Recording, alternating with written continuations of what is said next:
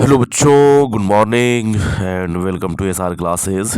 थोड़ी सी आज तबीयत ख़राब है तो आवाज़ मेरा फंसा हुआ है, बर्दाश्त कर लेना इसे। तो बच्चों, एक बार आप लोगों के सामने फिर से हाजिर हूँ रामबाण सीरीज लेकर। और इस सीरीज़ में हम लोग करते क्या है बच्चों, तो दीर्घ उत्तरीय प्रश्न करते हैं, ठीक ना। क्योंकि दीर्घ उत्तरीय प्रश्न जिसका सही होगा वही बच्चा टॉप करेगा। ऑब्जेक्टिव तो हर कोई याद कर लेता है यार, यही मेन है, ठीक है ना बच्चे।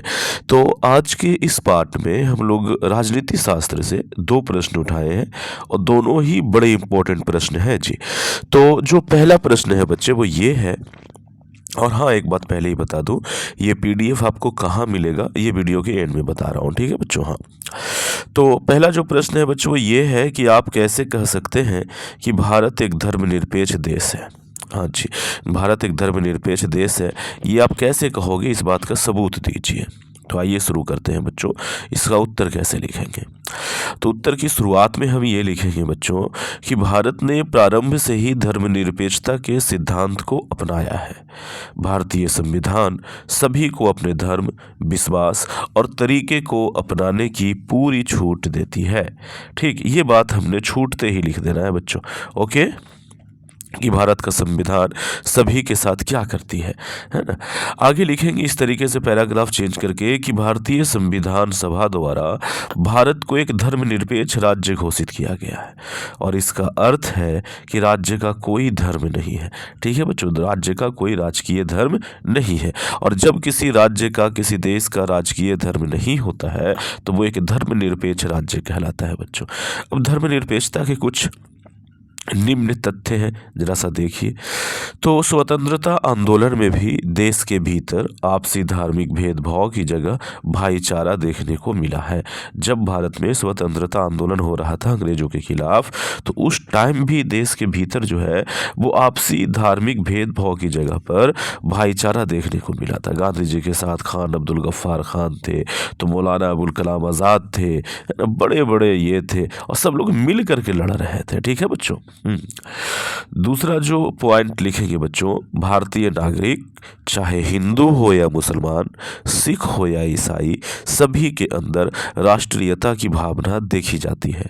ठीक है बच्चों। हाँ, तो भारत के जो नागरिक होते हैं, चाहे वो किसी भी धर्म से बिलोंग करते हैं, अगर जन्म स्थान उनका भारत है तो उनका मोहब्बत भारत के साथ हमेशा रहता है बच्चों।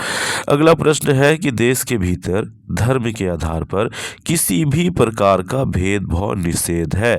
अगर किसी के साथ धर्म के आधार पर कोई व्यक्ति भेदभाव करता है तो वो समझिए कि संविधान का उल्लंघन कर रहा है, वो एक क्राइम कर रहा है। ठीक है बच्चों, इसके लिए उसको सजा भी हो सकती है, क्योंकि संविधान ने इसे निषेध करार दिया है। अगला प्रश्न, अगला पॉइंट है बच्चों कि धर्मनिरपेक्षता के कारण ही हमारी राष्ट्रीय एकता कायम है। अतः हम कह सकते हैं कि भारत एक धर्मनिरपेक्ष राज्य है।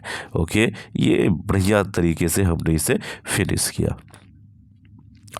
अगला प्रश्न है बच्चों कि ग्राम कचहरी की संरचना एवं कार्य का वर्णन करें। तो यह ग्राम पंचायत की अदालत है। ग्रामीणों को न्याय दिलाने हेतु इसका गठन किया जाता है। छूटते ही हमें ये लिखना है कि ग्राम कचहरी आखिर है क्या। तो ग्राम पंचायत की अदालत है और ग्रामीणों को न्याय दिलाने के लिए इसका गठन किया गया है। संरचना मतलब इसमें कौन कौन होते हैं बच्चों। तो ग्राम कचहरी का गठन निर्वाचन द्वारा किया जाता है, मतलब वोट डाल करके इसका गठन होता है। ठीक है, जिसमें एक निर्वाचित सरपंच तथा निश्चित संख्या में निर्वाचित पंच होता है।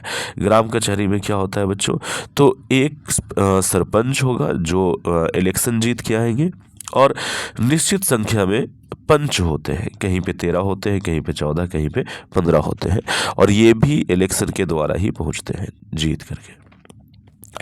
ग्राम कचहरी का प्रधान सरपंच होता है। ये अपने आप में ऑब्जेक्टिव का एक बढ़िया सा प्रश्न है बच्चों। साथ ही साथ ग्राम कचहरी का एक सचिव और एक न्याय मित्र होता है। ये भी आपको याद रखना है कि ग्राम कचहरी में एक सचिव भी होता है और एक न्याय मित्र भी होता है। ठीक है बच्चों। जिसकी नियुक्ति राज्य सरकार द्वारा किया जाता है। अब ये दोनों जो है, मतलब कि सचिव और न्याय मित्र जो है, इसकी नियुक्ति कौन करता है बच्चों, तो राज्य सरकार करता है। ये आपने याद रखना है कि सचिव और न्याय मित्र की नियुक्ति कौन करता है? तो राज्य सरकार करता है। उनका कार्यकाल 5 वर्षों का होता है। किसका? ये सरपंच वगैरह के बारे में बताया जा रहा है कि इनका कार्यकाल क्या होता है बच्चों? 5 वर्षों का होता है।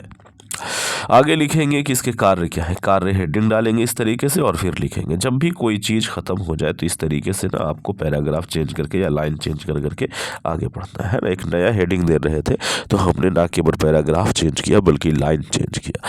ठीक है बच्चों। हाँ, तो इसके कार्य क्या है बच्चे?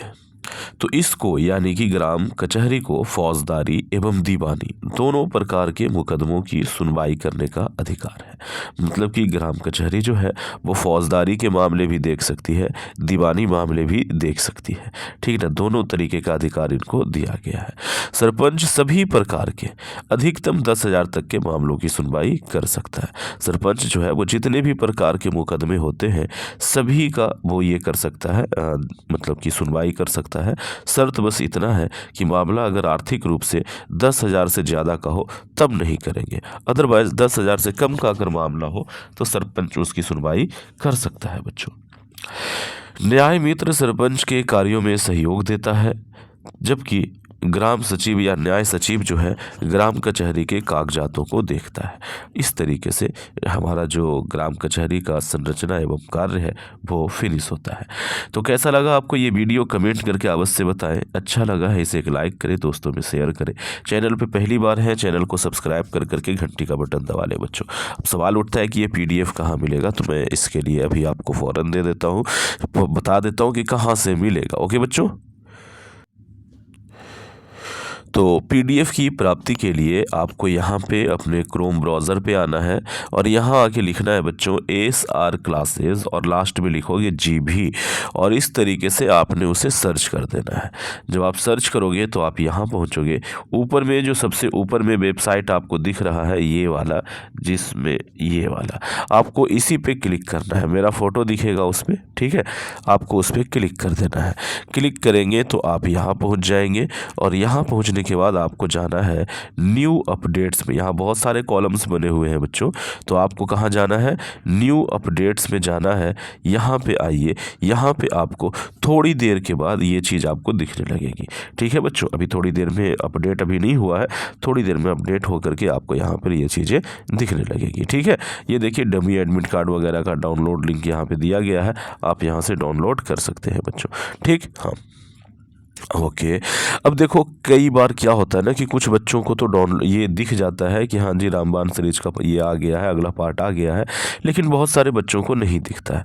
तो उसके लिए भी थोड़ा सा उपाय है कि आप सबसे ऊपर जाना और जा करके एक बार जब सबसे ऊपर पहुंच गए और नीचे जाने को कुछ नहीं है, फिर भी हम ऐसे करके खींचेंगे तो यहाँ पर एक तीर सा बनेगा गोलाकार।